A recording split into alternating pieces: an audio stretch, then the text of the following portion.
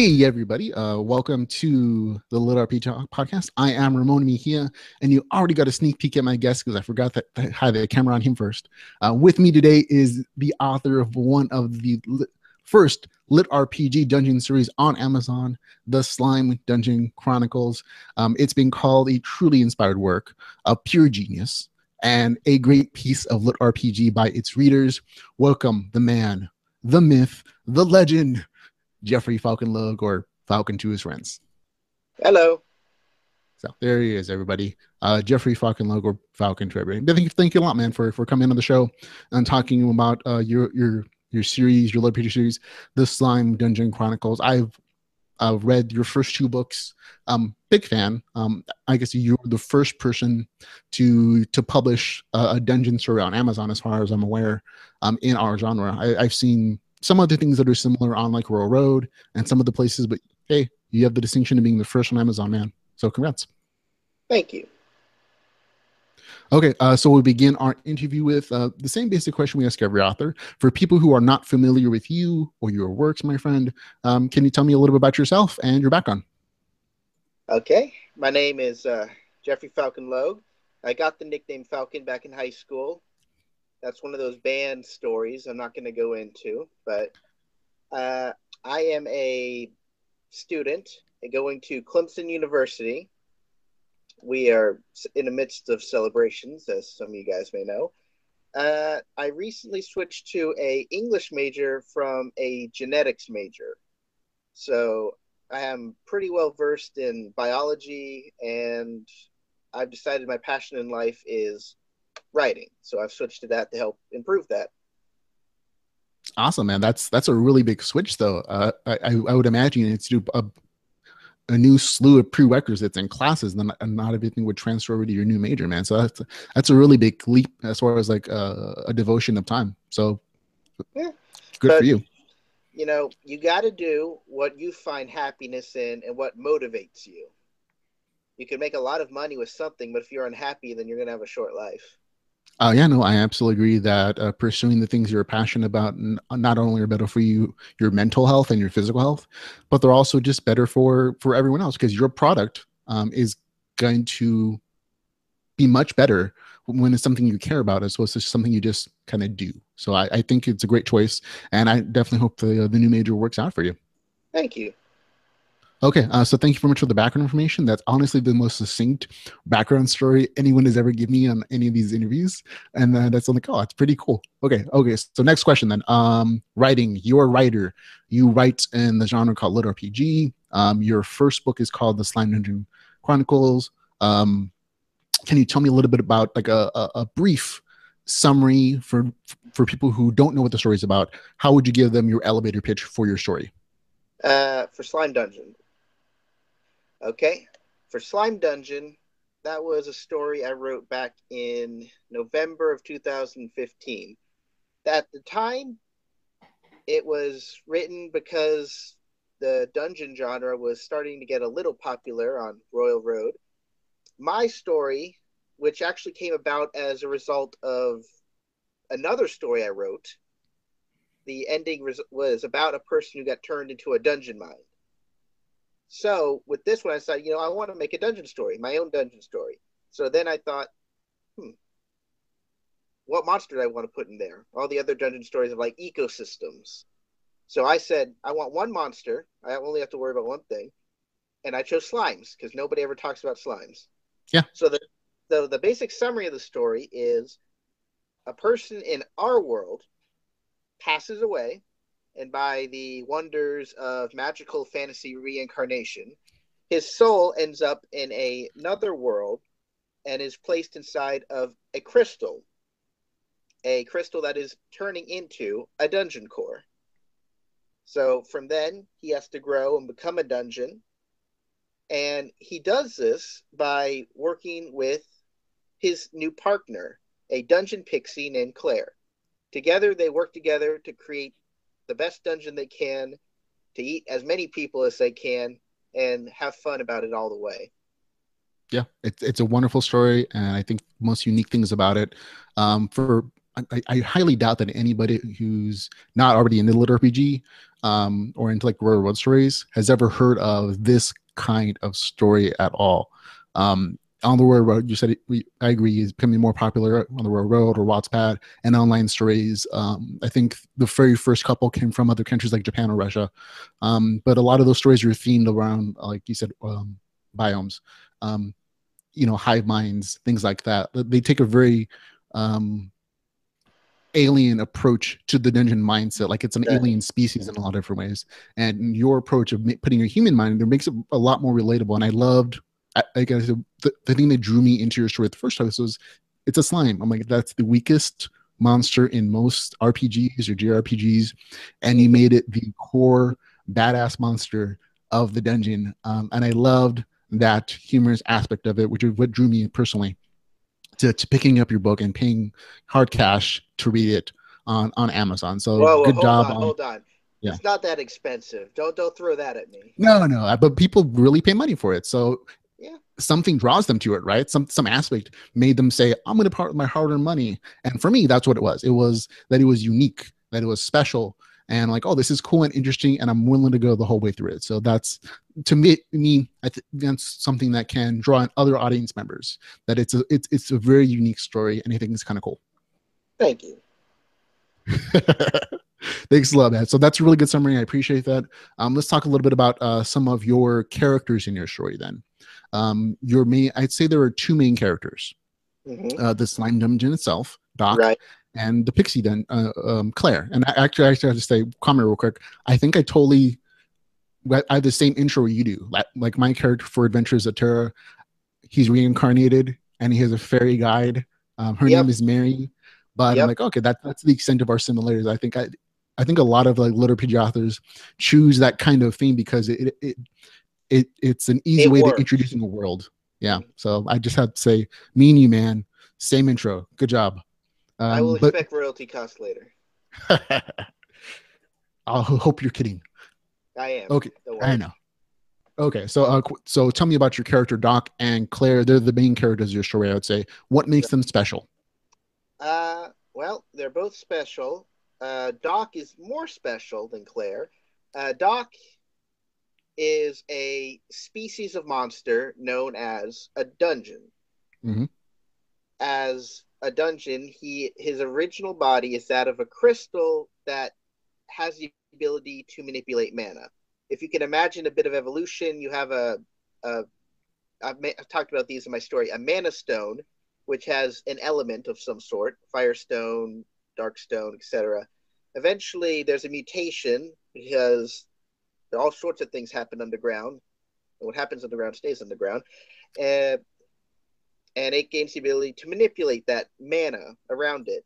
Eventually, it starts to absorb, and eventually it starts to gain primitive instincts. From those instincts, it will gain tendencies, and with those tendencies, it will gain the ability to choose a better course of action over the other, and that leads it to evolving sentience. And I use the word evolve rather than adapt because really it is evolving. It's turning from an inanimate object into a living thing. And as you can imagine, due to this process, most dungeons are extremely selfish. They do everything in their power to make themselves grow. They barely consider any other people or any... They eat everybody. They're very omnivorous that way. Absolutely. Let me make a quick point of clarification for people who don't know what kind of dungeon you're talking about. This is not the kind of dungeon where there are whips and chains and people get all kinky. This is the kind of dungeon in fantasy stories where adventurers generally go into to find treasures and monsters and loot. And in this case, your story is told from the perspective, or at least partway through, from the perspective of that dungeon. And I really like the fact that and it kind of makes sense to me now, that your evolutionary pathway for your dungeon makes real biological sense, even if it's fantasized a little bit. And there are big spurts of growth, and real evolution doesn't take days or months or years, millions of years or whatever. In this case, it still has that same understandable, realistic sense of progression, and it makes sense because of your background in evolutionary science. Genetics, that kind of thing. Well, back to that, Doc is unique because rather than start from the beginning, he has a soul.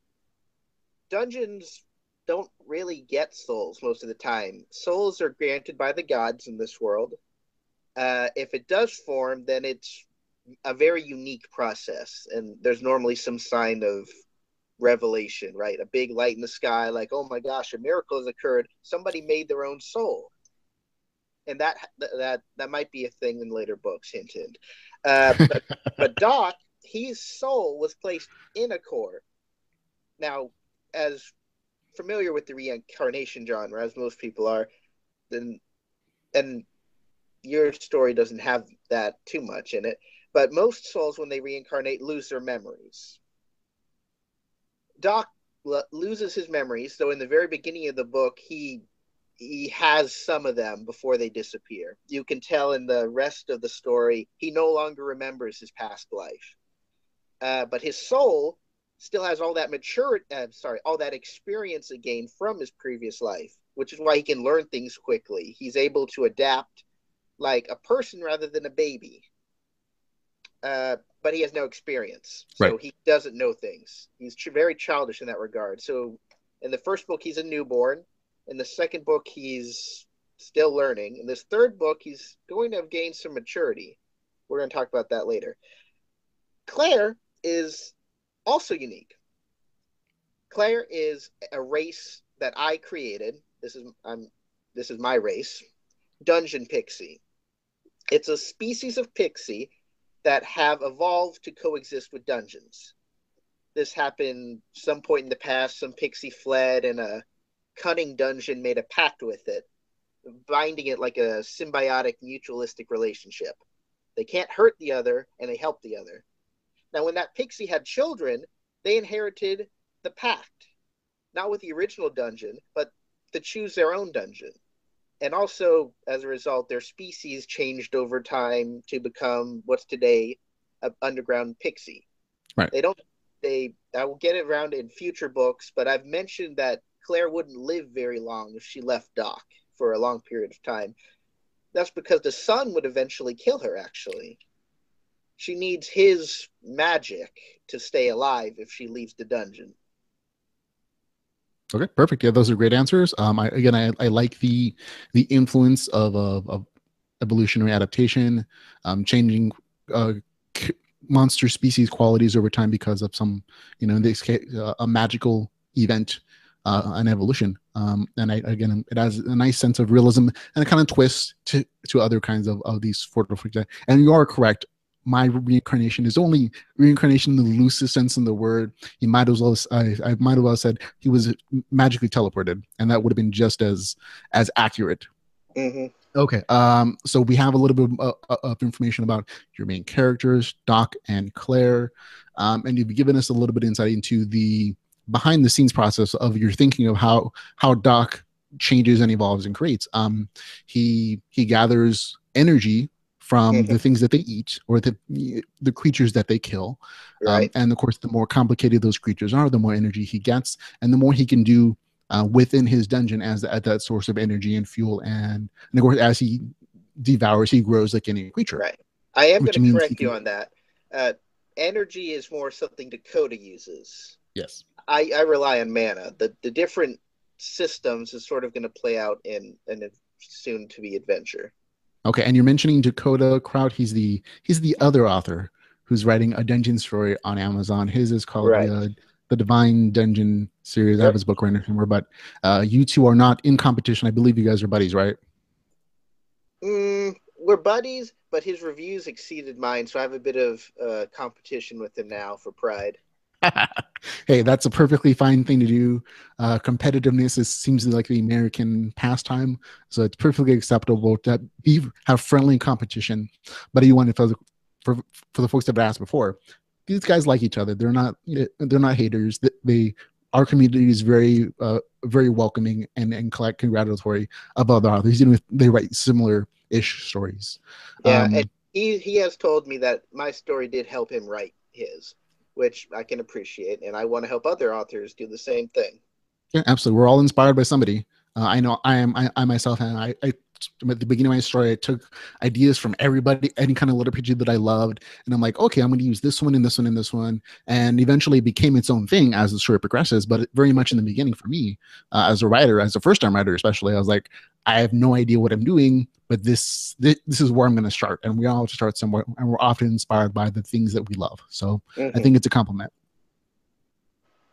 Okay, so next question is, what are you working on now? You have book 1 and you have book 2 out. You're working on book 3, I hope? I am working on book 3.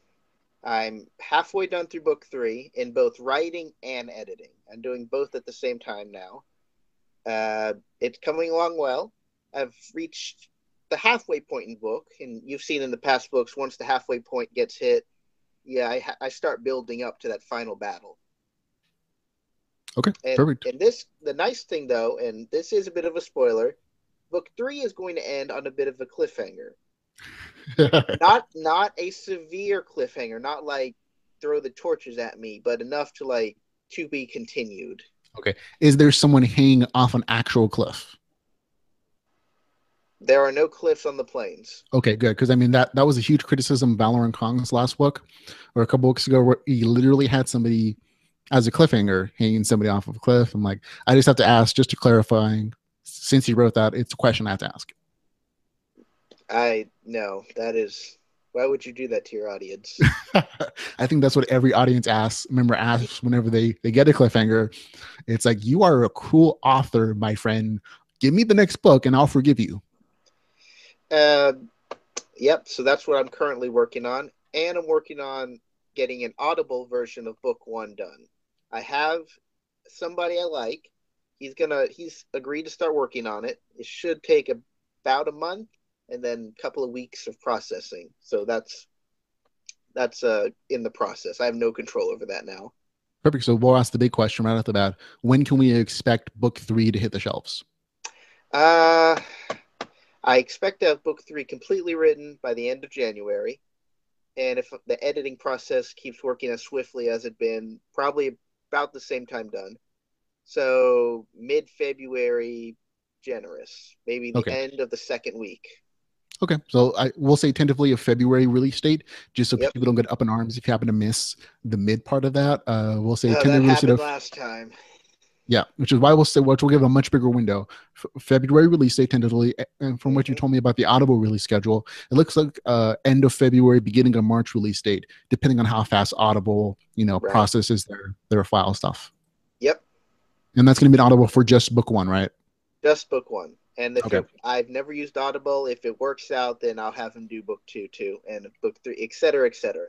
No, I hear you. Hey, you're not going to invest in your whole series if the first one tanks. So this is going to be your test market, your test one, and if it does well, then I'm sure you'll translate everything else into Audible as well. So if you're an Audible listener, if you're listening to audiobooks, this is good news. So good for you guys. Okay, now so let's talk a little bit more about just a little bit more information about your story, because you have 2 and you have a 3rd on the way, and we've kind of talked about a little bit about the very beginning almost of just book 1, the dungeon perspective, how the dungeon grows and changes. Now, we haven't really talked about its connection to adventurers though. How does the dungeon change so that it entices adventure? Because that's essentially the connection between traditional fantasy and this particular type of fiction, is that in traditional fantasy, we get the adventurous perspective of delving into a dungeon crawling, fighting monsters, evading traps, getting the loot, getting experience points. And in this particular case, especially in book 1, more so, you get the dungeon perspective of okay, how do I become a successful dungeon? How do I get adventurers to come in? How do I make monsters or entrap monsters? And how do I create loot and all that good stuff? So how do you in your writing connect those 2 ideas? The main reason, the connection, comes from Claire. Unlike traditional stories and the other stories that I read before I wrote this, Claire is a source of progress. Her line of dungeon pixies have all the experience and strategies to see, okay, if we work in this way, this attracts more people. Oh, if we work in this way, we all get killed. So it's sort of like it's like a cheat. She's almost like a cheat book in the ways of doing a dungeon. Yeah, And not I was only gonna that, say a guidebook, a player guidebook, but not a cheat book, but yeah, like a player guidebook. Yeah, I agree. I'm from that generation. We called them cheat books. I know, I am too. Yeah. Uh, so even though she's young, her real age is pretty old, but in terms of being a pixie, she's about 14 years old in human terms. So she's going to make some mistakes and all that, but she, as her memory holds, is really important to Doc. Mhm. She knows what he needs to do to be successful and what to do to make the most efficient growth with the least amount of danger involved. Right, so she Because, becomes his expert dungeon making guide, right, telling him what traps are the best to use without making it too challenging for the adventurers, right. and he's essentially also how to change over time as his dungeon becomes more popular and you get more powerful adventures. He's like, Mm-hmm. oh no, you're not getting a whole other level with these different set of traps so that they're enticed in and they're kind of challenged at the same point. And so it very much becomes almost like a creation video game. If people have ever played the Dungeon Maker games, this is what you do. You create different levels of dungeons and adventurers come through and they fight and they die, and that's the balancing challenge between not making it too hard and getting your dungeon killed, but not making it too easy either, where they can just swipe out your loot and they never die, because that's how the dungeon gets its mana and its source of experience to grow and to change. Right. Okay, so that's your dungeon part. Now tell me a little bit about, because like with any good resource in a realistic setting, people are going to want to farm that resource. So a town appears around the dungeon in the first book, and it becomes a major part of book 2 as well. Can you tell me about that dungeon town? Okay. So this is something that made people upset, as you can see in the reviews for book two. But book two was more focused on the dungeon town, hence the name, the Yes, dungeon the town. dungeon town. Yes, the I'm name going is to kind of a hold up spoiler. Yeah. this physical copy, which was recently done. Mm-hmm. You can see some of the background in the main adventurer character of this book there. The reason why the dungeon town becomes important is that it provides a source of adventurers to Doc. It's sort of like he found a spring of water, but instead of water, it's meat. It's meat bags Right. adventurers. Now, in this world, well, in all worlds, everybody knows slimes have a slime core. I'm not sure about in the Dragon Quest universe, but I specifically did my best to avoid any Dragon Quest reference. I hate slime with eyeballs and They seem mouths. so weird, and like I'm like they kind of creep me out. I'll admit. Well, I think they're adorable, but they aren't what real slimes are. The same way I don't believe in female armor revealing most of their skin. That makes no sense. So, slime cores are very important for potions. It's basically a lower form of a mana stone. You smash it up, you add it to a potion, you can create healing potions, mana potions, stamina potions. You don't see that too much in the first two books. I'm going to introduce more on the whole enterprise in the third book. But he goes, of course, Doc evolves beyond just slime cores, right? Mhm. Like his bug slimes will drop pieces of chitin or a red beetle husk that can be turned into paint. He gets Claire brings him some herbs and plants that can be mined is not the right word, gathered from his dungeon. So the alchemists and the potion makers want to get in the dungeon, so they hire adventurers to take them down to the right floor.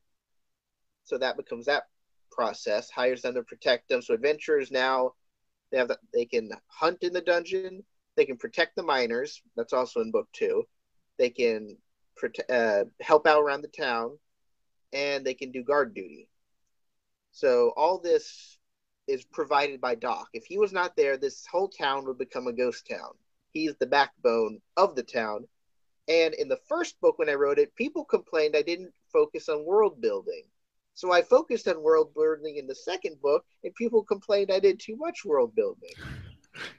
I'll say my review said that I'm one of those people like he spent a little too much time outside the dungeon.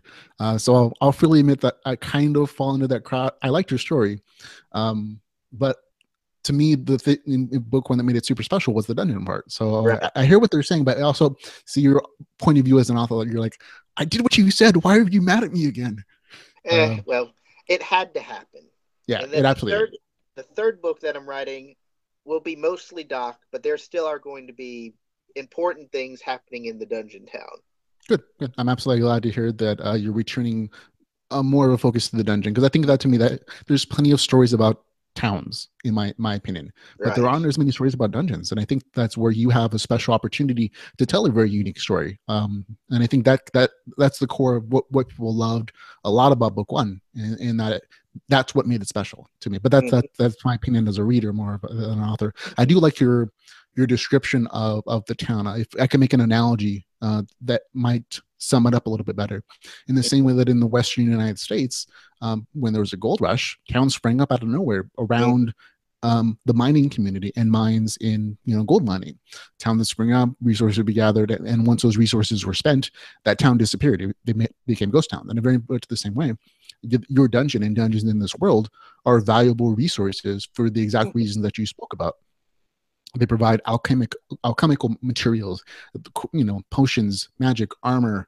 All those things are found in nature naturally, of course. But as an abundantly renewable resource, dungeons are it. In this world, dungeons are solid gold. As long as they're not too hard and they're not killing too many people, they're a wonderful source of renewable wealth for an entire community. And so that's what happens here. A few people start traders, and then those traders start creating things. Crafters come, and of course with crafters you have money exchanges, so bankers, and an entire boomtown springs up around this dungeon, a dungeon town. And of course as the dungeon grows, gets harder and more valuable material, so does the town. And so those two things are a very similar relationship, which is why it makes sense you would talk about both of them, because they're both important story elements, and they're both opportunities to tell very different stories. And I like that about that. So I think that's a really interesting part of your story as well. To make it similar, in this world there are labyrinth towns, and for the readers out there who aren't too familiar with the term dungeon, it's also another name is a labyrinth, an underground. Now, are labyrinths in your story different than dungeons? Not particularly. Okay. The dungeon name came around because of the idea of an underground part of the castle, a lot of dead things down there. A traditional dungeon where you store criminals. But the original name is a magic labyrinth. The floors change and everything. And that name is stuck with the traditional towns in like major rich cities. Right. But in like the boonies, which is sort of where Doc is, they're called dungeons. Oh, poor Doc. He's a boonie labyrinth. I mean, his country, Nehatra, is not a united country. They're each individual city-states, sort of like Athens and in Greece. And actually, I made the name Nehatra by taking the name Athens and the name Sparta, reversing them, putting them together, and taking off a few consonants. Hey man, that's how you come up with your names. Sometimes I've used random name generators for my character names because I can't think of anything, or I'll use like Latin or Greek or Spanish or whatever, just translations of regular words. So whatever it takes, man. Yep. So they're a collection of city-states. They're in constant competition with each other. There's no free goodwill that a normal united country would have.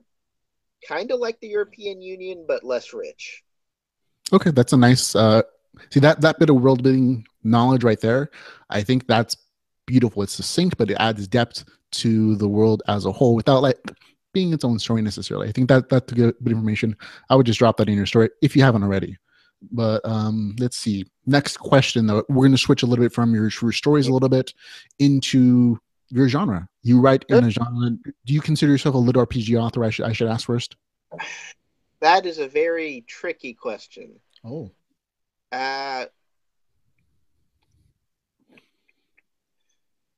In the original LitRPGs, no, I was not considered that, but I was still invited to the Facebook page by Alaron. Recently, he amended the rules in the midst of a rather interesting Facebook debate. So now my kind of counts because it's in a fantasy world, not a sci-fi one, where the main character is leveling up in a way. Right. Of course, I don't have any of the traditional plus 10 attack or that kind of thing, but he obviously levels up in gaining more levels. No, now as an author, let me ask you: did you base your world on game mechanics of some sort? The original writing of Slime Dungeon was based on game mechanics Mhm. because the story that I drew inspiration from was a real.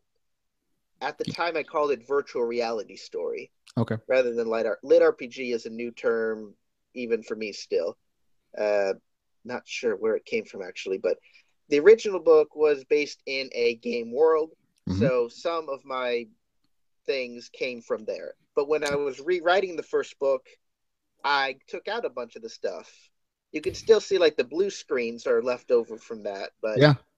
it's more of its own genre. It's a dungeon genre story. Okay. Perfect. Is it okay if I ask you some lit RPG questions then? Sure, Like, go ahead. okay, so do you read lit RPG? I read your story. Okay. Just to address your comment earlier about the rules changing a little bit. Mm-hmm. Originally, this is mostly for the audience. Originally, Alaron Kong, who is a lit RPG author, when he created the lit RPG Facebook group, his original kind of guidelines for lit RPG were a little rigid in that he said it has to be a video game world and the characters are level by video game genres. He basically just changed it from a video game to game mechanics, which to me seems more Right. accurate because the genre, while that's an important aspect of it, doesn't necessarily have to be a video game. It can be a fantasy world like yours and mine, because mine isn't a video game world either, but the world is ruled by essentially video game mechanics that people can understand if they're gamers. And I think that's kind of the draw of the RPG part of lit RPG. Now, Mm-hmm. also to answer your question about where lit RPG came from, as somebody who has a podcast about lit RPG and who's interviewed a bunch of authors, the closest answer I can give you, my friend, is Vasily Mahenko, author of the Way the Shaman series. When I interviewed him, he said that he and I think Alexei Bobble came up with the term in Russia. Like it was called other things. Like this kind of genre storytelling has been around for decades and decades, going back to the 80s, Yeah. virtual reality boom. Then when people thought that virtual reality was going to be a thing, stories started being written just like it is now about people being immersed in virtual reality and all the great story and living opportunities available then. It didn't really take off, but he said that he came up with the term RPG in Russia as a way to describe this kind of storytelling because it was becoming a really boom genre in Russia at the time, again, drawing influences from Japan and other international works. And so, because he started writing a book specifically about essentially a video game world, but he revealed the video game mechanics, and other authors were doing the same thing. That's where they came up with it. Literary RPG. That's essentially what it is. They smashed the words together, and it became lit RPG, and that's kind of the title that we've all drawn from. And it's not it's only really come to the United States in the last, I'd say, 3 or 4 years. That's when the first stories started to get translated into English from Mm-hmm. Japan and Russia. And then a few authors from the United States started to write in that genre as well. And since then, there's been not a super ton, but relative to what it was, like I'm reading 3 to 4 books a week minimum, sometimes such as eight Mm-hmm. new lit RPG stories in our genre. So it's Mm-hmm. definitely becoming more and more popular. Okay. So there you go. I know that was a longer answer than you're probably looking for, but for the audience, if they don't know, It that's answers the question. yeah, absolutely. Okay, so you said you don't really read lit RPG. Then what do you read then? Everything. Everything, I mean, if I use fantasy as a general term, everything. everything. Perfect. Okay, so are there any books that you're reading? Because I know as an author, sometimes authors don't have time to read anymore. Do you still find that you have time to read? Uh, uh, I think I have like 50 or so books I'm reading. so I'd say yeah, you probably have time to read if you're into 50 or so books. Any favorites in the group? Uh, let's see. The tastes vary month to month. For the past quite a few months, I've been in the Wuxia. Mhm. So all those translated stories and similar like Marshall God Azura. There's a good one that is actually lit RPG, Gate of Revelation. I Shall Seal the Heavens, Coiling Dragon, all sorts of things on the internet, which which I actually got into because of like the legendary Moonlight Sculpture. Mm-hmm. That was my gateway into the world of translated novels, which led me to the Russian translated novels on Amazon, and thus to LitRPG. Okay, perfect. So you do read LitRPG then? Okay, I wasn't Yeah, sure. You yeah. I mentioned. count that under the genre of fantasy, just Okay, sci-fi fantasy. okay, no, that's for perfect. I didn't want to put you on the spot about LitRPG if you didn't actually read it as a genre. Just so you know, I totally consider your book LitRPG, even under any definition. To me, LitRPG has two simple qualifications. Your world is ruled by game rules of some kind. Your character Mm-hmm. progresses according to those rules, and that generally means level up, notifications, blue screens, Mm-hmm. notifications, skills, whatever. Not necessarily, but as long as you qualify those two things, you can have any kind of story you want, in my opinion, and you'll still be lit RPG. You might not be good lit RPG, but you're at least lit RPG. You know what I mean? Yeah, Yeah, absolutely. Okay, so among the let me ask you what you said. I think I already answered this question. I was going to ask you what was the first lit RPG story that you kind of came across that you're like, this is special. that would be Royal Road's Don't Fear the Reaper. Oh, perfect. Okay. Now, why was that? Why was that so special to you? Uh, well, for a long time, it was the top of the list Mm-hmm. for Royal Road. It isn't anymore, and I don't think the author is updating it anymore. And he rarely ever updated it in the first place, like once a month. Right. But it was a good story. It had the character, it had him go through an event, it had him partner with somebody, sort of see where that is, and they do good things in Mm-hmm. the game. Uh, Granted, there's what less than 30 chapters, and he didn't get to do too much, but it was a good game. And beside that is the legendary Moonlight Sculptor, which is definitely the origin of all related stuff. It got me into Royal Road, and I would like to give a shout out to Royal Road right now. They're a wonderful place for starting authors. They help me out. I love them to death. I love Wing. She's a good friend. And that's how I got started in reading and then eventually writing. Perfect. Perfect. It sounds like a lot of the stories that you read are online stories from that community Right. of Royal Road. Do you read Wattpad stories at all? Wattpad? Nope. Okay, that's the answer. No, then. Okay. Uh, Yeah, so Royal Road seems like to be the big place for you, right. at least at this point. There's tons of communities, Right. whether it's novel updates or the Royal Road or Wattpad, where I like people, novel updates, yeah. yeah, where people either upload novel updates more along the lines of translated international stories that are being Mm-hmm. translated English by nonprofit fan groups for the most part. Mm-hmm. And the Royal Road is basically for the audience, of course. This is what this explanation is a place where people will update just amateur fiction of any kind whatsoever. There are no restrictions on it whatsoever, as far as I'm aware of. But you update you put your story, audience members hopefully find your stuff, and they can kind of boost you up in rankings as far as like the listing on the front page about what's Mm-hmm. popular, what's interesting, and that kind of gives you a feel about what your story is. And of course, readers can comment on your individual chapters that you update and give you either criticisms or, oh, you made a spelling over here, or this is great, when's the next story, kind of stuff. And so it's Mm-hmm. also a great resource for feedback as well. Mm-hmm. I personally uploaded when I was testing out the market to see if anyone would be interested in my story either. And it kind of gave me an opportunity, like, oh, yeah, people like this. I'll continue writing and eventually publish. And I think that's the way it is for a lot of, especially first time writers, where they're not sure whether somebody's going to be interested in their story or not. That's a great place to start because it's very low pressure. There's nobody saying, oh, I had to pay money for your book. It's all free. Everybody understands that. So that's the agreement. Mm-hmm. Okay, so let me ask you then, related to the statement you made previously, that's where you started on it. What inspired you? What actually made you go from reader to writer? D&D, which is funny. So it was in the spring of 2015. This was my second Dungeons and Dragons game I've ever done, and it was some of the most interesting stuff that could happen during a game because I messed up. As a cleric, I thought I had access to a level 9 spell at level 9.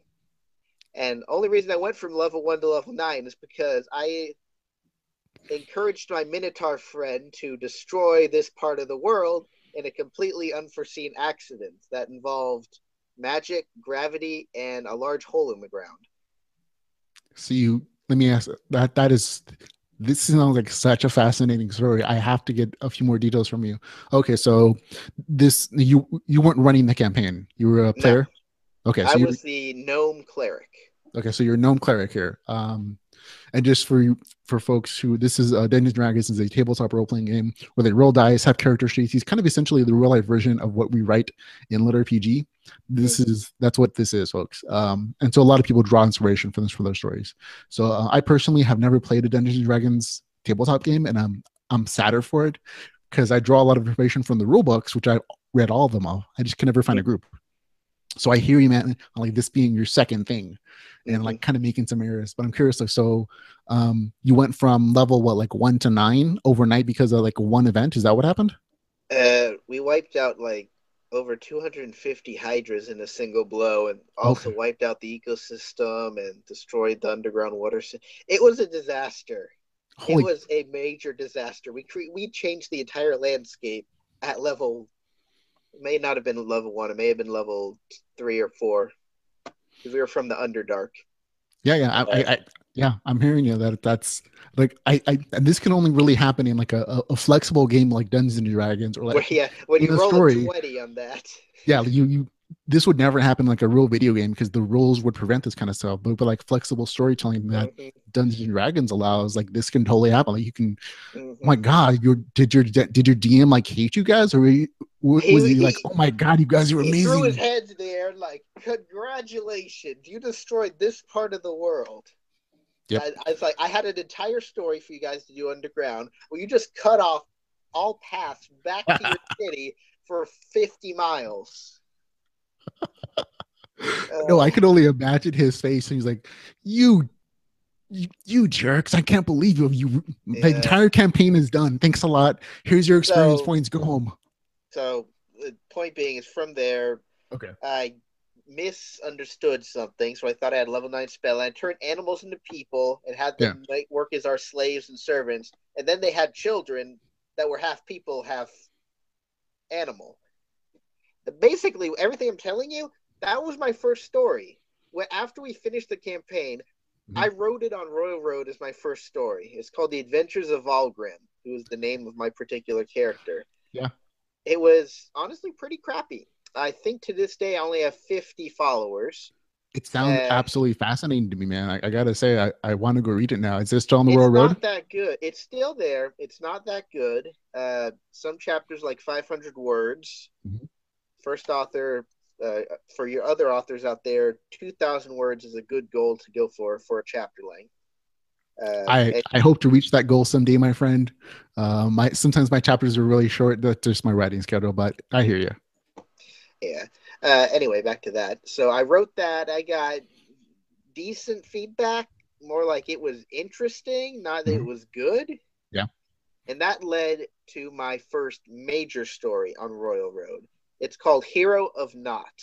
You probably haven't read it. It's kind of old. I wrote that during the summer when I was working at the university. This one is a real, in your terms, light RPG novel. At the time, I called it virtual reality. In my mind, that still kind of is, just because. That's what it was when you wrote it. So it's always going to be that thing in your mind. So it was my take on virtual reality. The story involved a character in a future. The first entire chapter was a huge info dump about how that future came to be, so that was pretty crappy.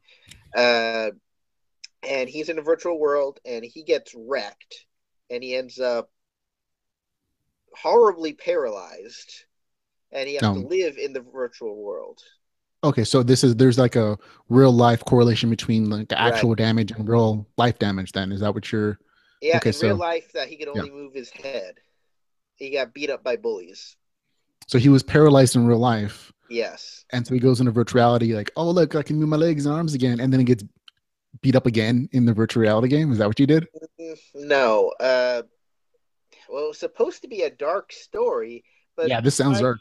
With my personality that you've seen in the Slime Dungeon, it didn't work out that way. He ended up making friends with a bunny, and in my universe, these are demon bunnies. They have massive fangs. These are not for noobs. He ends up befriending one, helping it out, and it turns into a rabid beast girl who decides to partner up with him. And she is completely OP at the start of the book. You know, you look back at what you write, and you're like, oh my gosh, why did they do that? Point being is that yada, yada, yada, they go through, they beat some demon wargs, so you can sort of see some of that carrying over. She ends up trapped. For some reason, this isn't charging, in a dungeon. And when in the second book, when he goes to rescue her, she has become a corrupted dungeon spirit. Mm-hmm. And then the theoretical third book would have been him traveling. The problem with the entire series was that it didn't focus on the game elements. The NPCs acted like real people, and I had entire sections of chapters from their perspective. Made no sense. And also, it got too fast. You know, when you're writing a book and the pace gets too quick, you either end up in OP land or there's nothing interesting to write about anymore and you drop it. Right, you need breaks in between those Right. battles. Otherwise, it's just curve. There's a really big Right. power curve, which is what some LitRPG stories have an issue with. So unless you have those little breaks where you can like reset, that does tend to happen. I absolutely agree. So it sounds Right. like you've learned a lot from your previous writing experiences on the real road, so much so that you felt comfortable actually publishing something on Amazon Right. as a slam dunk. So I gotta say, I'm really happy that you've improved as a writer. I mean, from what you said, you didn't just jump in like knucklehead me, who was like, oh, I'm going to write a story and I'm going to put it on Yep. Amazon, and that's what it was. Looks like you took the time to actually kind of craft your, hone your skills a little bit on online. So I applaud that. Don't applaud it. I waited 5 months and then wrote a story for a NaNoWriMo. Right. Well, And it like was I said, good. And it's a because pathway. yeah, I guess. Just when I might go back someday and make the first book a little better, but you never know. You never know. So They're story ideas. They're sitting there, but you made that big step. I got to say, there are literally hundreds and thousands of people in the world who are like, I have a story in my head, but I'm not good enough as a writer, so it stays there. But you, as an author, you as a person, you made that leap. Whether it was a leap of faith into the online community, or eventually on Amazon, actually publishing a novel and people paying you to do it.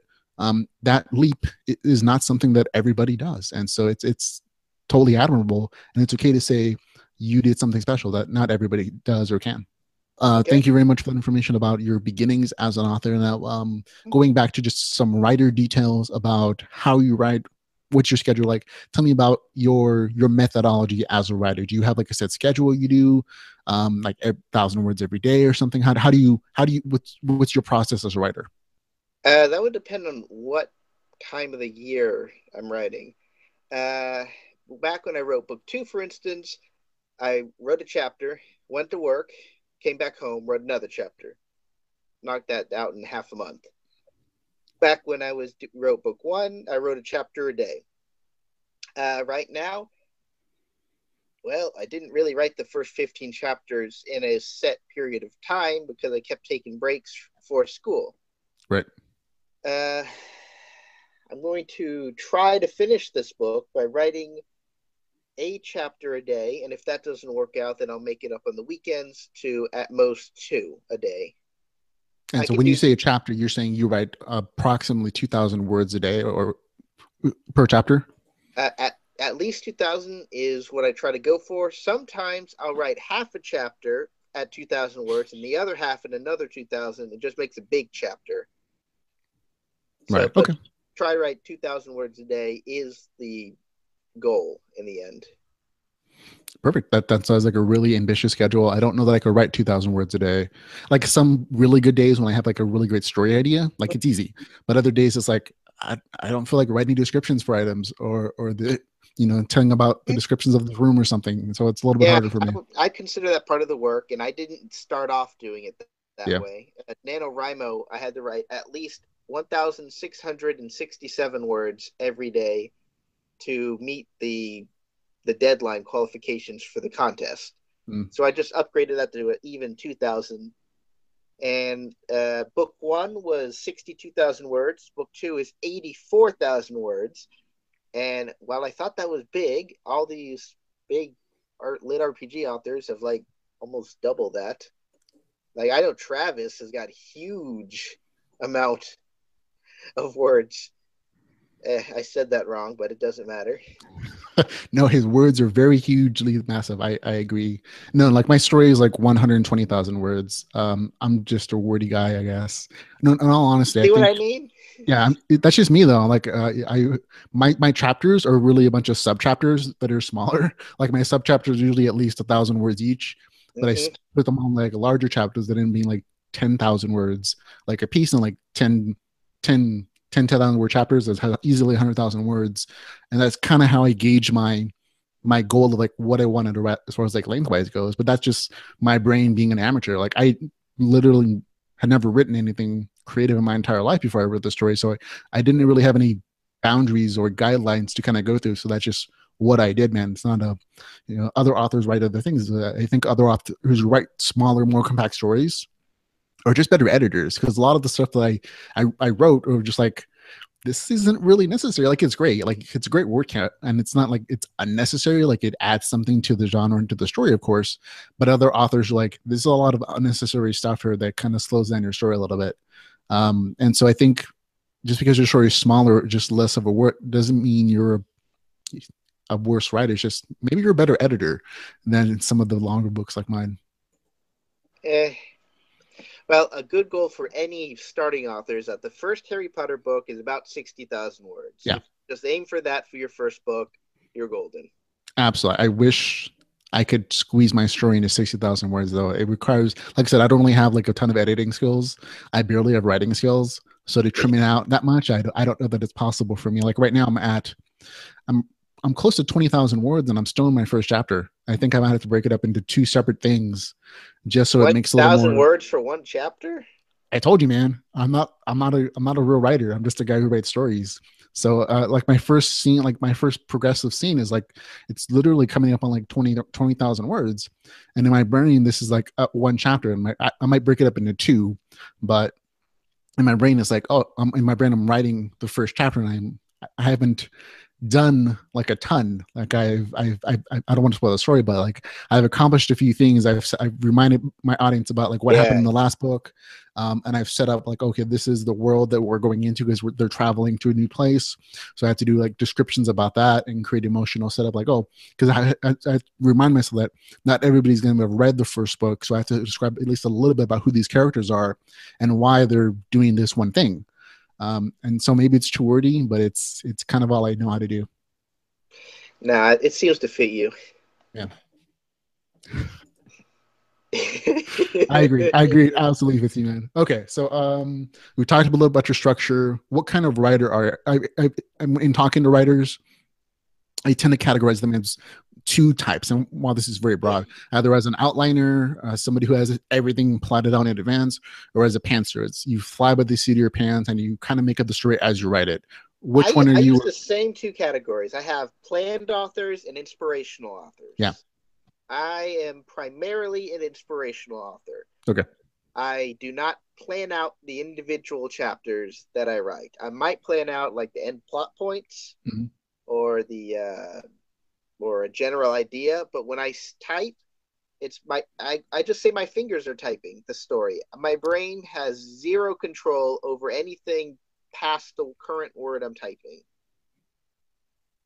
Yeah, perfect. So yeah, I'm kind of the same way in the first book, especially for me, because it was the first time doing creative writing. Mm-hmm. I was very much a fly by the seat of the pants. Like every chapter, I didn't know exactly what was going to happen the next chapter. I kind of came up with it as I was writing, very much so. Mm-hmm. With extent, like midway through, I'm like, nothing's really happening. So I came up with like a few plot points. I wanted to go to a dungeon and do something there and like explore a town. And at the very end, I came up with that beforehand. And so I had to kind of create an experience that led them there. But that Mm-hmm. was kind of it. Everything else in between was kind of just made up, or it was a little more inspirational. Like I would be inspired by something I watched or wrote, like, that's awesome, I'm putting that in the story. And that's what came to be like this. For book two, it's very much a different experience because You I have a want to be, story, and now you yeah, have to plan around the story. sort of, yeah, very much so, because I have something to build from. And Right. so in this instance, I have a good starting point that's already kind of set up. But Uh-huh. at the same time, I also want to be a better writer, because this is if I do something, I want to be good at it. And I want to be improve. That's Right. just me. So I started reading some like Mm-hmm. writing tip books. Mm-hmm. And one of the things they all mentions, like, have an outline, at least like where you're going to go. It doesn't have to be completely filled. Every detail doesn't have to be written, but you should have some, mile markers to know when you've reached certain events, so the audience has like some kind of structure, peaks and valleys kind of thing about action, adventure, Mm-hmm. plot points, and all that. I'm like, okay, I, that makes sense. I wish somebody would have told me for book one, but this is hopefully be a better book. And so I have I'll kind give of, you a quick example there. Fiora and Mary in my yeah. book. I did not plan for them to be related in any familial way. Oh, That popped up when I was just typing that chapter, which is why when I did the editing, I had to go back and add little hints here and there. because otherwise it's just kind of sudden. It's like, oh my God, what? Yeah, and that happens sometimes too with author stories. Like, where did this come from? There was no lead up here. It's Mm-hmm. just, it feels like something like very much like inspiration. Like, oh, I'll put this in there, and then it's like, where did it come from? I broke my tooth on that bit. Yeah. Yeah. Okay, so I, so you got that question. Thank you very much for that answer. It's nice to know that I'm not the only person who doesn't plan everything out. That makes me feel a little bit better. Let me ask you about again, another writing question. What's the easiest and hardest thing as a writer for you? the easiest thing is, well, no, let's start around. The hardest thing is sitting down and typing. Yeah. The easiest thing is that once you start typing, you don't stop unless something really distracts you. Editing sucks, but it's necessary. I think that's a Uh, universal truth for most writers that editing sucks. yep. Uh, hmm. That's about it for those. But I can tell you the funnest thing. The Okay. funnest thing is reading people's happy comments about what you've written.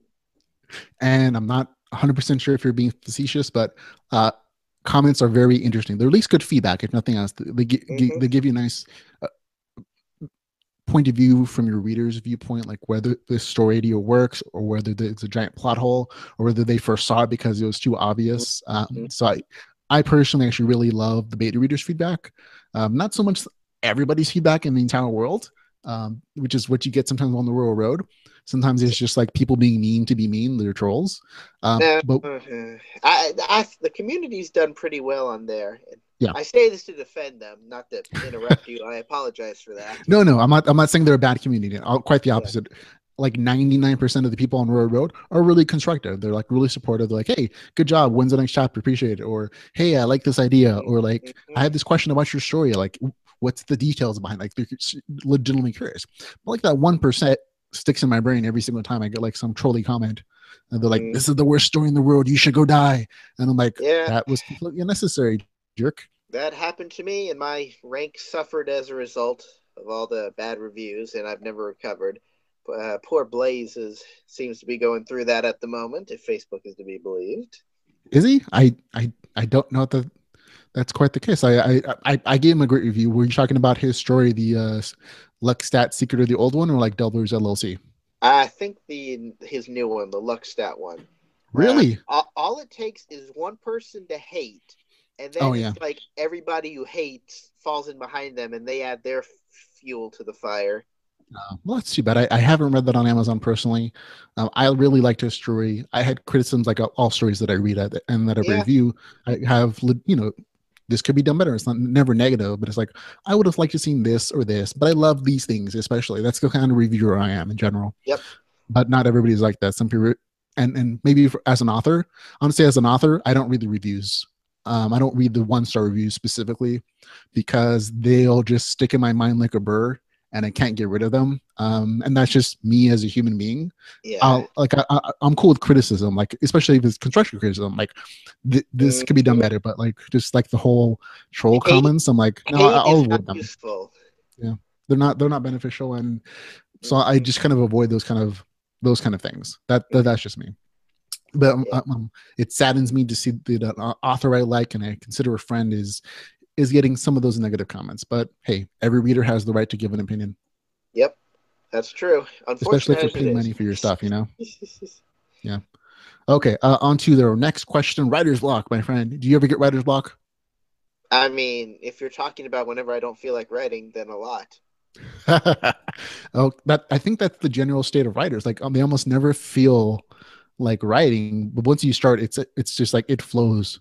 At least it does Right. for me. But getting It's behind the literally computer, a block. It's like yeah. Sisyphus in Hades. You got to push that rock up to the top of the hill, and then when it's up there, it falls down and goes all the way down.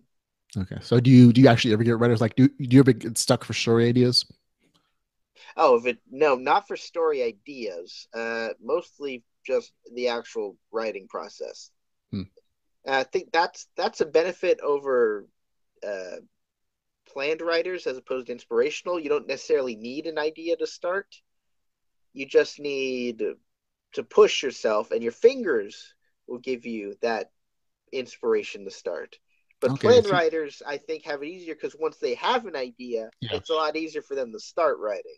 Yeah, because they have somewhere to start and they have somewhere to go, and so all the writing is the stuff in between, the detail work, Right. the descriptions, the dialogue, all the good stuff. And I feel that you're right. That is kind of an advantage of a planner versus a seat of your pants kind of person, that you don't get stuck sometimes. At least that's the way I absolutely. It's a little easier as far as like for me writing this second time around than it is the first time around because I have plot points. Like I have Right. my mark. Like I say, that's where I'm going to go. So this is where my writing has to take me.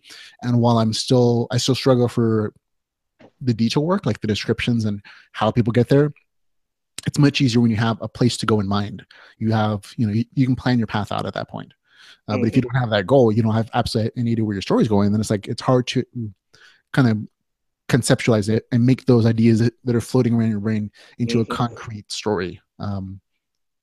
So I like the fact that you only occasionally get writer's block. Mm-hmm. But if you get writer's block, what do you do to get around it?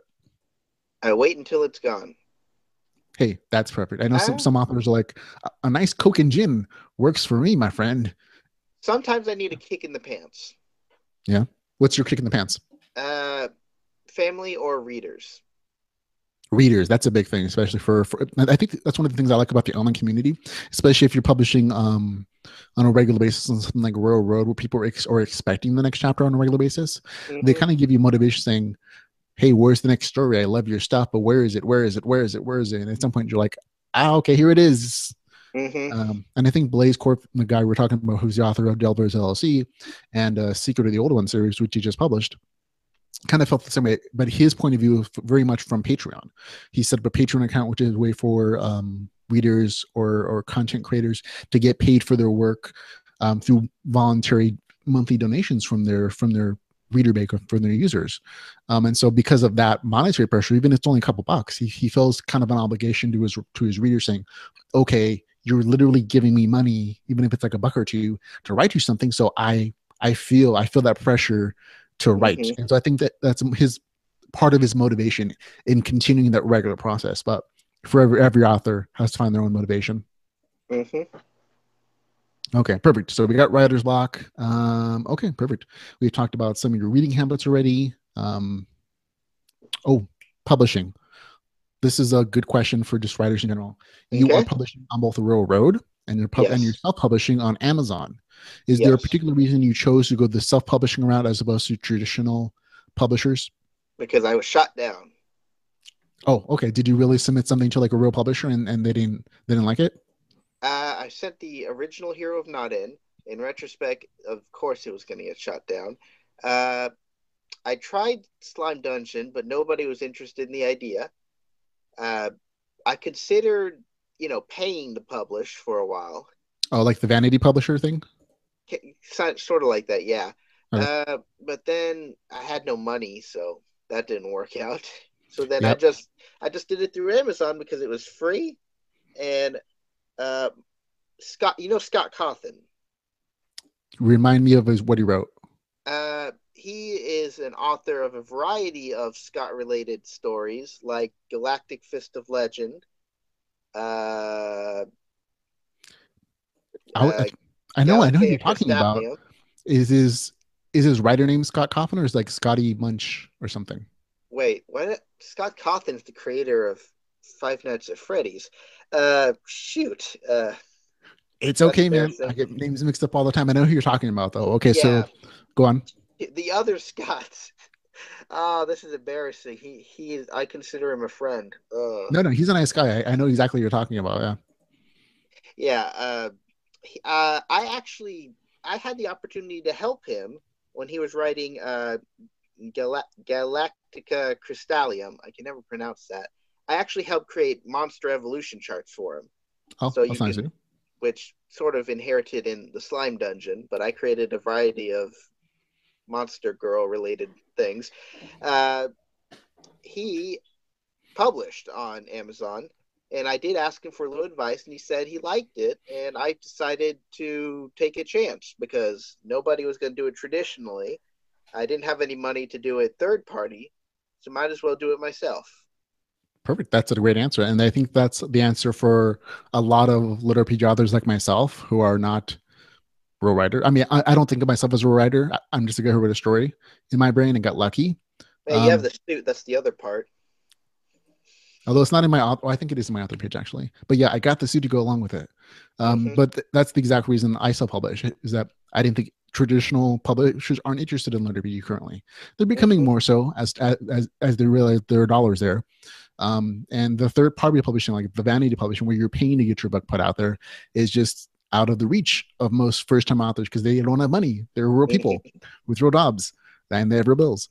And so self-publishing kind of bridges the gap between them. It's like there's no barrier to entry. You put your stuff out there for free. Amazon takes the biggest cut of it. You get like between 40 or 70%, depending on how you organize your choices. Right.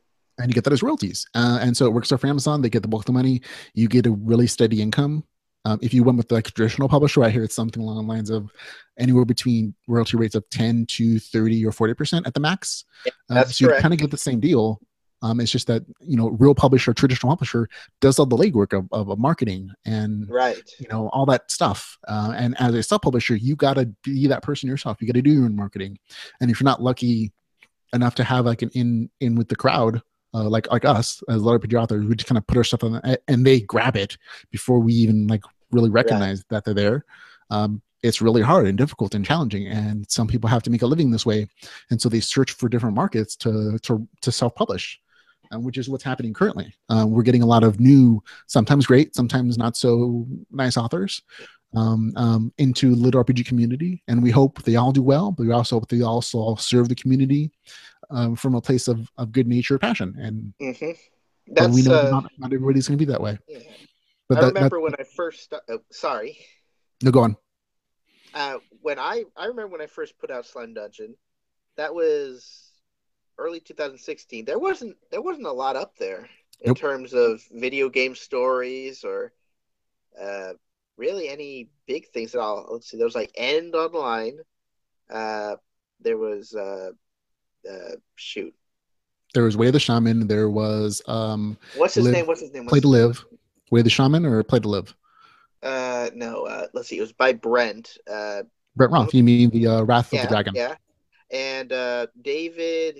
Oh wait, no, he didn't write a light RPG, but it was Daniel Black wrote a couple of good ones. Though that's not light RPG. That's transported to another world, and Yeah, then I was going to say that's not quite lit RPG. There's no game yeah, mechanics, I think there. then But you're also right. There wasn't a lot. erotica in that. But Even in the yeah, last year, there's been a ton of growth. But when you started in right. 2016, not a lot There of was guys no. out there. Oh shoot! Well, the wolf one. Shoot, what was that? Remember, this was about a war game one. It had a wolf's head for the first book, and then the second one had four wolf's heads.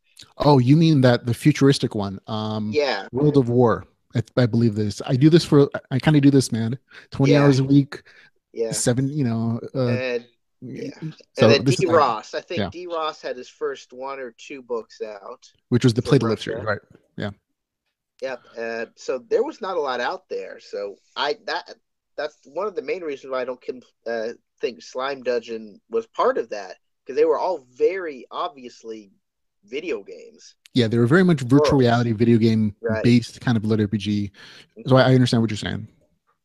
That was the environment at the time. So I only did well because Royal Road was there, especially since back in when I wrote the second book of June, I was the top author story on Royal Road for the entire month.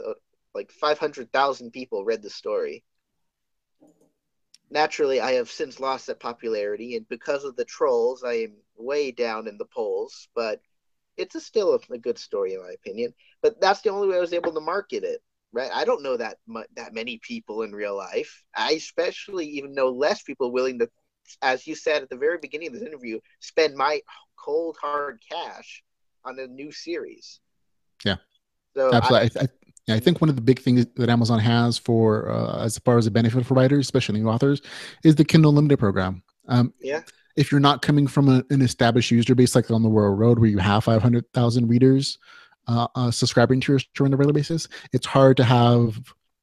It's hard to get people to give your story a chance because they have to pay real money for it. But if they're using Kindle Unlimited, where they feel like they can read all the stories they want for the low price of $9.99 a month, they're more likely to say, "Oh, this looks like a cool cover. I'll open up the book and give it a chance." And for me personally, that was half of my success. The first half of my success is just people in the LitRPG community, mostly from the Facebook group, a little bit from Royal Road, but mostly for just people on the Facebook saying, "Hey, I know that dude. He wrote a story. I'll give him a shot." And then the Amazon algorithm said, "Oh, this guy has some readers, and so we'll bump it up a little bit," and the cycle continued. But most of the good press was from people just giving it a chance on Kindle Unlimited. So I think a very similar experience is the Royal Road. It's a free place for people to read stories, so they're very willing to give it a chance and to follow it if they have even the smallest amount of interest in it. And that creates a nice user base. So when you publish, even if it's only a fraction of that 500,000 people coming to actually purchase your story, that's still a really good amount of people. And that was a very small fraction of that 500,000 people. The big risk when you do that kind of thing, of course, is that they've read the story. They don't feel like they need to buy it to read it again. That is definitely the risk when you give it out for free. But I found like the people who are really like your core hardcore fans, they're like, "I love this story so much for free. I will pay this dude just to say thank you." Yeah. And whether it's through a donation box or through a Patreon subscription or through just like buying your book when it actually comes out or buying in a Kindle Unlimited, whatever it is, that core group of hardcore fans, they're willing to do that because they appreciate the hard work and the entertainment that you gave them when it was free. That's good, Trish. I agree. Absolutely. Okay, so great stuff. So I appreciate you taking the time to talk to me about those things. And you said you don't really do marketing, so I don't know if I can give you any real marketing questions. Do you have any marketing tips for people? Well, this is mostly for first-time authors.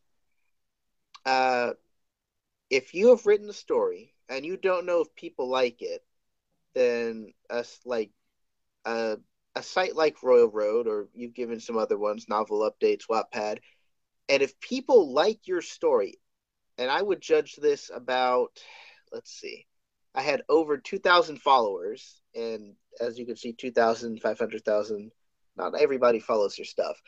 And if you can get over 10,000 average views per chapter, I would say that means you have a good story that is worth publishing. Because if you get a small fraction, as you say, you can make some money off that. But for marketing purposes, no, I do not have that much experience beyond Royal Road. And I looked at Amazon's, like you pay like 49 cents to pop up and compete with other people. I did that for a month. I didn't see a real difference. Yeah, I'm testing that up myself for my story. I'm like, because my sales have gone from the first month like, oh, really nice, and they're like going on the downslope now on both like purchases and like Kindle Unlimited. I'm like, oh, yeah, I might think about doing marketing at this point now. I had a really good first month, of course, but now I want to continue training to people doing it, and I'm trying to figure out how to do it, and I don't have the experience to like do it. My advice to you would be to get your second book out. If you just have one book, don't really worry about marketing too much because you don't have that much to market at this point. Yeah, at least 2 books, and then that can show, especially if you get good reviews, that shows you have quality work that's worth marketing. That's a good piece of advice. Don't focus so much on marketing, especially with the first book only being out, or if you're not having a first book, focus on writing the book first before you do marketing concerns. But for me, I'm like, this is a thing on Amazon. I've never done it. I'm like devoting like $5 a day at like 25 cents a click or something. So it's not like a huge Yeah. investment of money. And maybe Yeah. that's my issue that I need to put my money into. But I figure start out small and change the variables a little bit from week to week to see if there's like an actual change. And if I just lose the money, like it doesn't matter, then it's not a ton of money for me to lose. You know what I mean? Yep.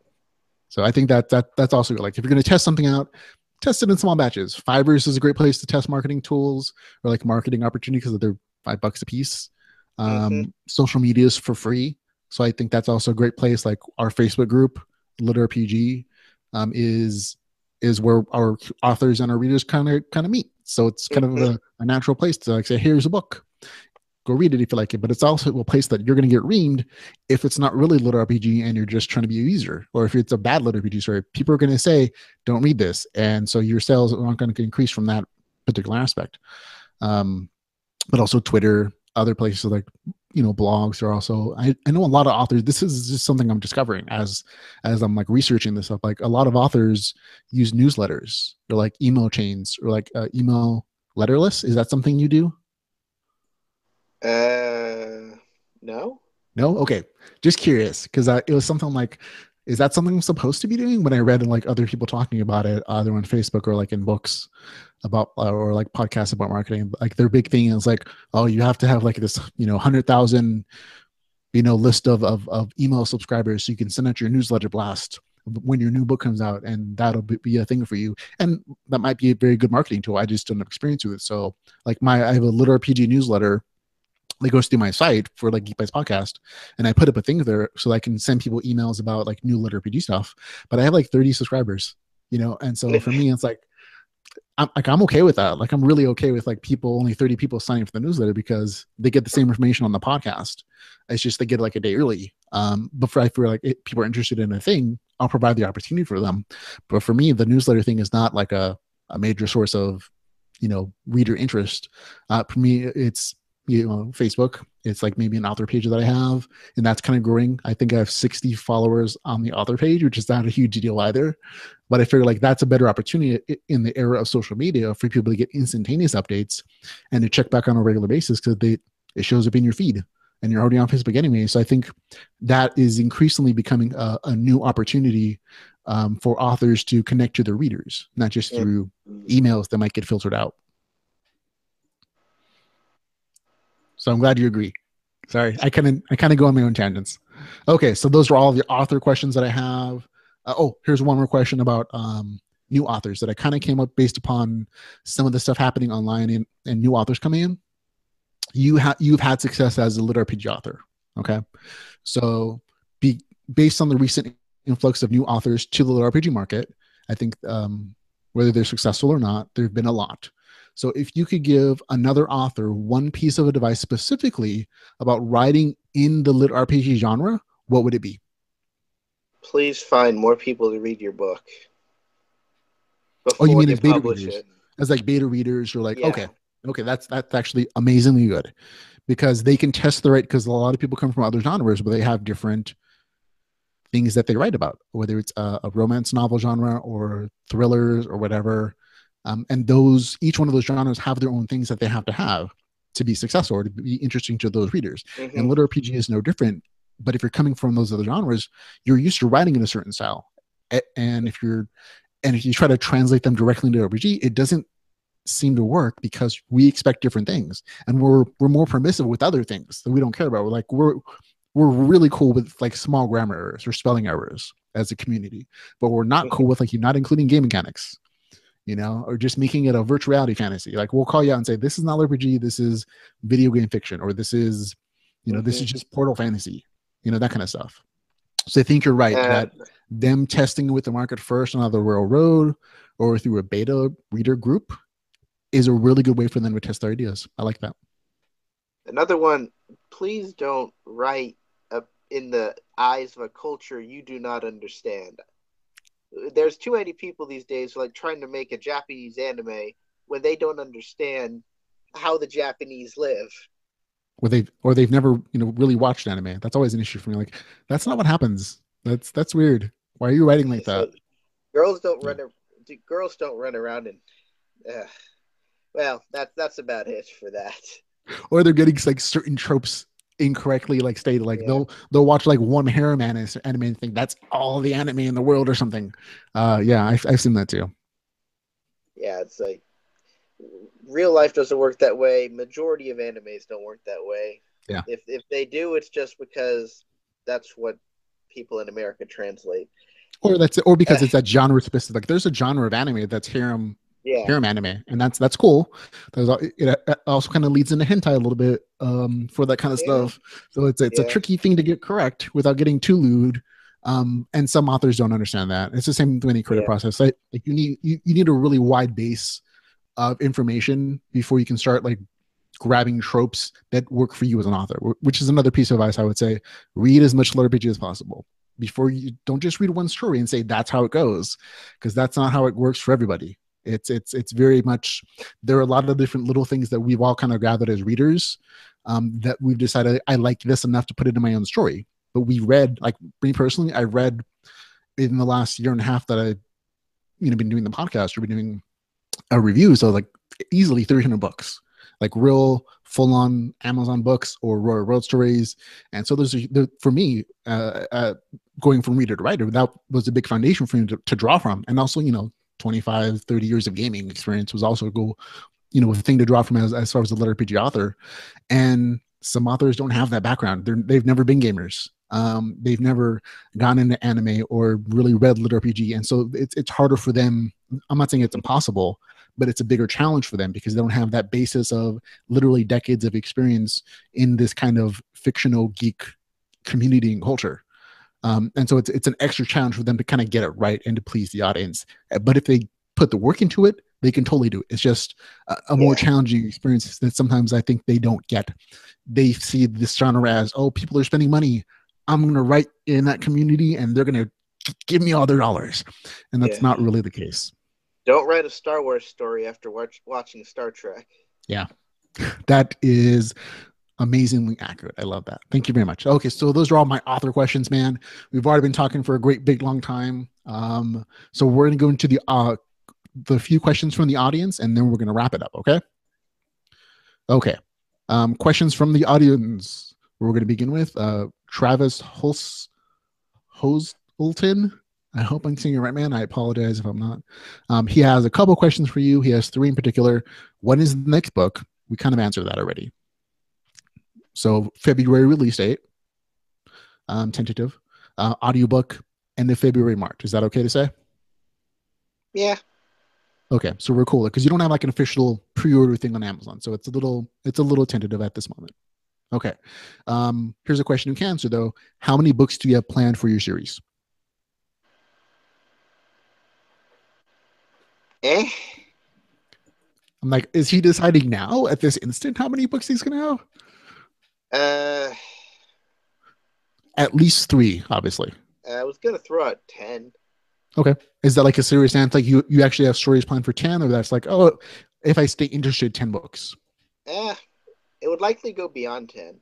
But I say Mm-hmm. 10 because I have an entire continent to explore, and I do plan on having done Doc gain some mode of transportation sometime in the future. Oh, good. I've revealed three different types of what a dungeon can do so far. Mm-hmm. There are more types to how a dungeon can get around places. I'm not going to tell them to you, but it'll be an interesting surprise. Maybe we'll see some more dungeon on dungeon action in the future. Okay, perfect. Uh, Yeah, that's perfect. Because I but was curious, beyond like, that, how's he going to do 10 dungeons if it's in the same place the entire time? That's a lot of interesting right. storytelling he's got to do. But And if it's mobile, that makes sense. another thing is Doc is technically immortal. As long as his crystal isn't broken, he'll live for a long time. So if I wanted to, I could make a huge time skip. I could put 100 years, and all the original people outside the dungeon are dead. I could start an entirely new outside dungeon town story if I wanted to. You could, if you're evil. I think you If could I, do that. yeah, I even considered the possibility of writing the end of the story being it was all a dream. He woke up from his coma. But then I figured that would just make so many people mad, just like what you just did. I agree. That would have totally pissed off a lot of people. Not everybody. Some people are like, you got me. but A most people golf would be like, clap. Nah, but I do know the final ending for the story. I do mhm. know what Doc is going to become. I do know what all of his minions are going to become as well. There is an entire end goal, which I believe is the accumulation of what every dungeon story is trying to get to. Okay, because I'm kind of curious. Like a lot of dungeon stories just kind of run out of steam. Like the ones that I'm referring to, like the Right, ones online, they just kind of they write. The dungeon right. gets They like more they reach a powerful. point where it's Yeah, not interesting, or they yeah, get too OP. they get OP. And by That's the other OP, I thing. mean overpowered to the general audience means it's so powerful it's boring. It's like you go Yeah, see a football game and one team massacres the other to like 72-0.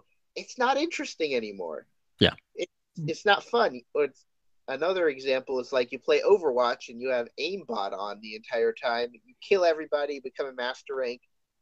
It's boring. absolutely. I agree, There's and no that's one of the challenge. draws of our genre. I think is that journey of power, that ability to grow more powerful through hard work or through experience gain or through gaming the system, whatever you want to call it. But that journey is part of what draws the audience to our genre because it's very much along our experiences as gamers. Um, you put in the work, you have a power level progression, and if that's missing from your story, or you just go from here to here, it's not interesting. Or if that progression is too quick, that Yeah. curve power quick is too steep, then it's also not interesting. So there's a real interesting balancing act to have there. Although a Yep. few people can't do the OP story very well, like One Punch Man. That's like the one rare exception where overpowered is not a horrible thing. He that author was a pretty good genius in that regard. He made the story Mm. interesting. Absolutely. I think that's one of the most fascinating opportunities, fascinating stories for an overpowered character. It's like he starts out overpowered, but he's still utterly fascinating. And the actual combat still has that progression of Uh-huh. difficulty, but the character himself is always that powerful. And it to me, it is pure genius. And I can't wait for a second season to show up at some point in the Yep. future.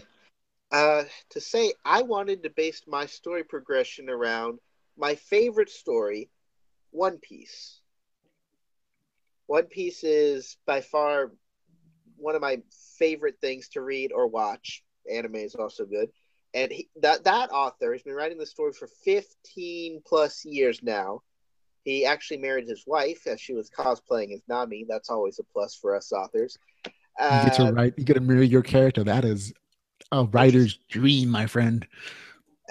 well, he just has the story progression so good, right? He's got the individual traveling from island to island, and each island is its own story. Right. But then he goes like multiple islands are their own story, and now he's going multiple segments of that are their own story. See, there's a clear linear progression from weak to strong. The combat's interesting. He keeps all the details interesting. I think that's something all authors should aspire for. Yeah, I absolutely agree. As far as like the character progression arc of his power structure, really good. I have other issues with One Piece in that the spaces between combat are a little bit long for me, especially in the anime form. That's a that's an anime viewers issue, not a writer's issue. But as far as character progression goes, you're absolutely correct. It's a wonderful arc, and especially for something that long, for that kind of series that's literally spans years and years and years of a manga writer's time. It's a really challenging thing to keep going. Mm-hmm. Okay, so next question, another question from Travis again is going to be his last one. What made you decide to write about dungeons? He loves the aspect of your series. So, what made you write about that dungeon? I think he might have sort of already answered this, but I'll let you Uh, go again. there are a couple of aspects, all because of other stories. One thing is because of Hero of Not when I ended the original one, and I say original because I have rewritten the original story.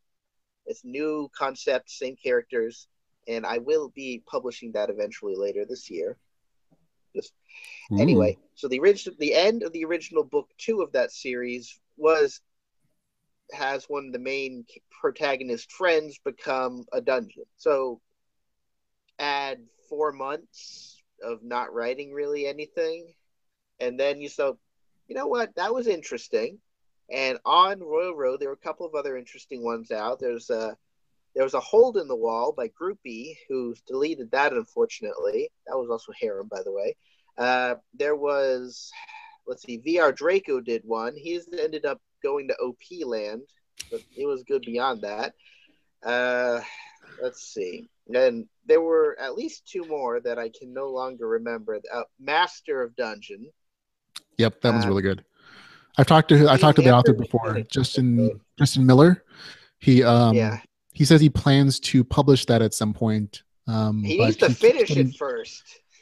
Well, even if he published like the first half of it, I'd be okay with that. I mean, when you have a really long story, you have to have breaking points at some point. He can kind of rewrite a middle place and just kind of, to be continued it.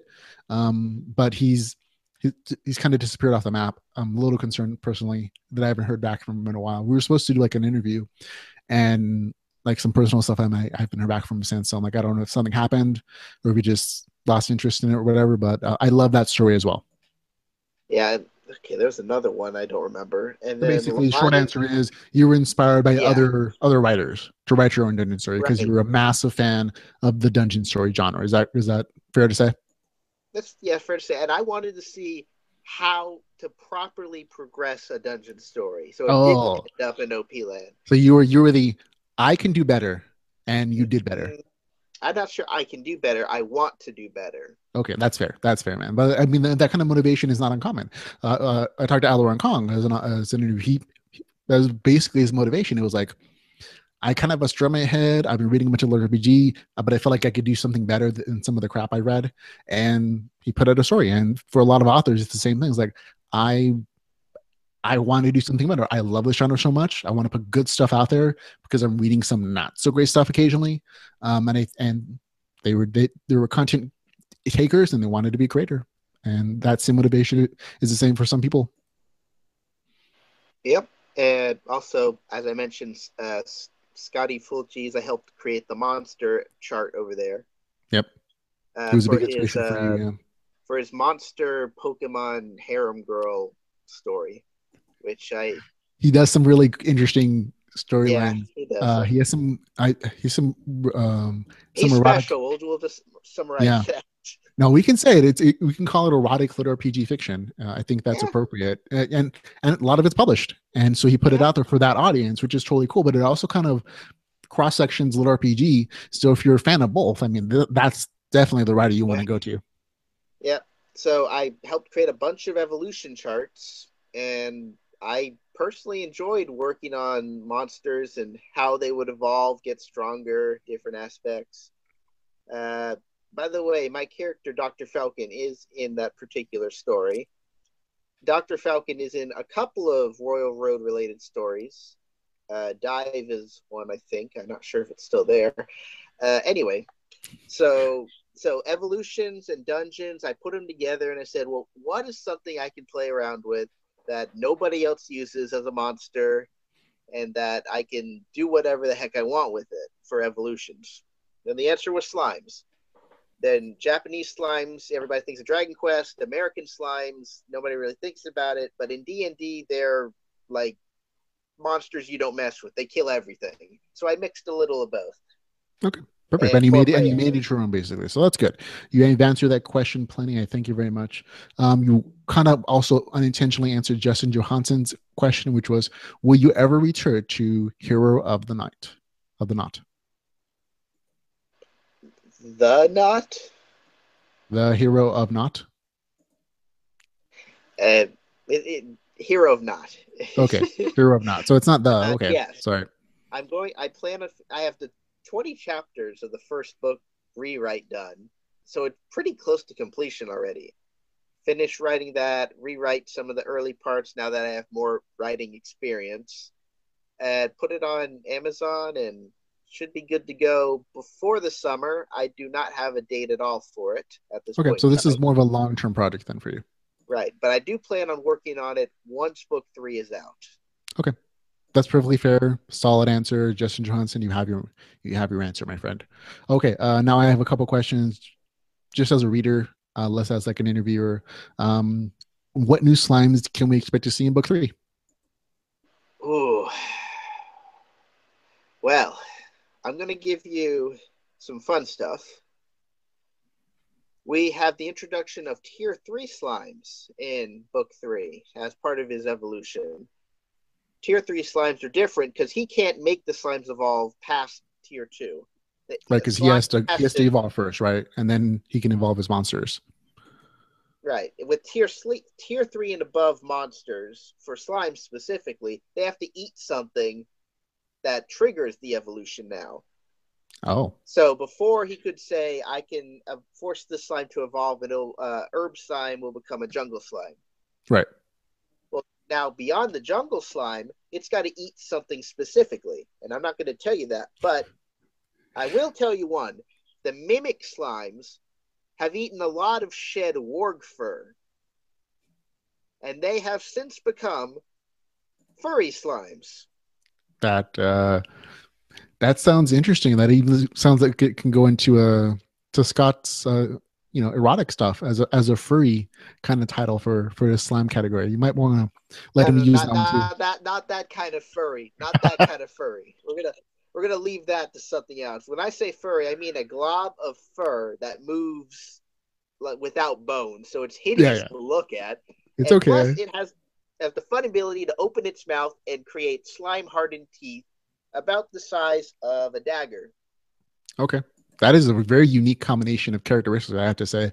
So the fact that they have to eat something to evolve in a specific path opens up a lot of opportunities as far as like variation of monster type and specialization. That's but it also creates a very limited scope depending upon what he's able to get them, because right now, as far as book 2 goes, he's a static location, right? And so there are a limited number of natural resources that he can grab unless somebody's helping him get like rare resources, I think. Right. If he wants to get more resources, he'll have to get stronger to attract stronger adventurers and also create better loot to attract better craftsmen who can create things. Like his poison slime was created when a herb slime, I think, I don't remember off the top of my head now, had some poison dipped on it. Now, what is that poison slime going to evolve into, I wonder? Right. Well, what if he gets exposed to an air type of poison? Or maybe it eats some paralysis grass or something. Mm-hmm. All sorts of things can happen. Yeah, there are definitely a lot of possibilities, but that's an interesting combination of opening possibilities, but also kind of nearing your opportunities as a storyteller, because you have to grab things. I'm like, that's an interesting challenge. I don't envy you the challenge, to be honest. Like creating all these different types. I've got over 150 slimes created so far. I've so got plenty more ideas. Okay, great for you. I don't know that I could create that many different variations personally. So that's a skill that you have that I don't, my friend. Okay, so next question is for me. Is there going to be, in book 1 and book 2, I don't mind if I spoil it, there are dungeons on dungeon battles. The first one is an Inferno dungeon, I believe. I call it a demon dungeon in my head. I think book 2 has a undead dungeon that which is one of the ways that you show that dungeons can move around and transport. Was it that with a bone dungeon? Is there going to be another dungeon on dungeon battle in book 3? There wasn't a dungeon battle in book 1. That was just a normal demon invasion. Well, okay. Well, okay. Go ahead. Book 3, there will not be any dungeon on dungeon action. Mm-hmm. Book 4, there will not be any dungeon on dungeon action. Those 2 are specially reserved for a different kind of fighting. I will leave that to your imagination. Okay, book that's 5, fine. That's there will likely be some. Okay, that's perfectly fair. I mean, remember, you can always say I decline to answer that question if I get it gets a little too spoilery. That's totally cool. Okay. Here's my last question is, how is book 3 going to differ from book 1 and 2? Book 1 was mostly about the dungeon. Book 2 was mostly about the dungeon's town, hence the name. Book 3 is going to have Doc working on his dungeon, but more in the case he is understanding the consequences of his actions. With book 2, he allowed a crazy old man inside and worked out a deal to let some adventures go through without really knowing what was going to happen. Book 3, he's going to feel more threatened for his life, so he's going to make some more decisions selfish decisions to work toward actually being a dungeon. You're going to see a lot more of him with upgrades, with fighting. Anodyne is going to be playing her first dungeon boss role, and he will be able to direct her, sort of like a puppet. You'll be entertained. I promise you that. Okay. So more proper dungeon fights from his perspective, for instance. Okay. The dungeon town, there is the conflicts that have been started in book 1 continue to book 2 are going to come to a conclusion in book 3 and book 4. Okay, perfect. Thank you very much for those answers. You've answered a heck of a lot more than I thought you were, to be honest. I thought you'd be like, it's going to be named book 3. That's different, right? So you got into a lot more detail than I thought you would. So thank you very much for that insight into what's upcoming in book 3, which will be out and again in February. Definitely might be towards the end or the middle. We'll have to wait and see. The writing process is not always linear. But also your Audible book will be coming up for book 1. Again, end of February, beginning of March. As your narrator finishes work on recording and editing, then Audible will take a couple weeks to do their processing work. So that'll be towards the end of February, beginning of March again. So thank you very much for answering all my questions. Was there anything else you wanted to talk about before we wrap up the show?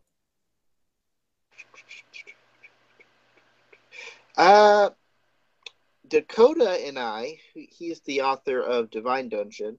We did talk about writing a co-op dungeon story back in the late fall. I haven't heard from him at all lately, so I don't know if he's still up for that. But that may or may not be coming at some point in time with his dungeon versus my dungeon.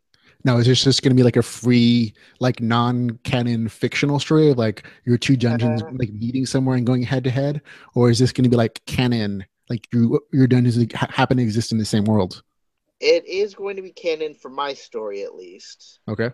Just because I have the perfect slime that results from this encounter. I created it before the idea was presented. Looking at it now, it's perfect from meeting him. I'm not sure about him, and mine was going to be planned for Halloween night. That's when the idea was created. Okay. Mischief and dimensional barriers fluctuate on Halloween night. You Yeah. know, that general fantasy idea. Yeah, the veil between the worlds gets thin on All Hallows Eve. Yep. I can see how that works. That's really cool, actually. As a fan of both series, I would love to see your dungeons go head to head and see what happens. Even if it's just like an online extra story, like a what if kind of thing that doesn't really impact the main story as canon. I would still like to read that. So I encourage Dakota, if he's listening, to get a hold of you. Yeah, I think he needs to finish his book first, and then maybe he'll get back in touch with me. We'll see. Yeah, he's definitely working on a very similar release schedule that you are for his second book in the series. I believe he plans to come out with a February release date as well, tentatively, again, as writing sometimes takes word twists. So thank you very much for talking to me and listening, and for listening, talking to our audience and listening to my questions and taking those audience questions. It was really cool of you, man. I appreciate that. Where can folks find where to find your works, man? If they want to know about your stories, or especially those online ones, where can they find you? That would be Royal Road for the most part. I have immense loyalty to Royal Road, which you may or may not have noticed by now. I have 6 stories on there. Hero of Not and Slime Dungeon are the 2 big ones that have completed books. Volgrim is there. That was my first story. Not so well written, but it's entertaining in the very least. If you imagine a D&D game where you mess up the DM's story so badly, he wants to flip the table. Based on a true story, by the way. Yeah, based on a true story of a fake story. Yonder is my take on reincarnation as an animal. There's a couple of stories, chapters on that. It's meant to be cute. Respite of a Fallen World is my apocalypse story. It starts off, of course, with zombies. I rewrote that for the first 7 chapters. I still don't like it. I might rewrite it again. And yeah, that happens. Yeah. Shoot, was there one more? What was one more?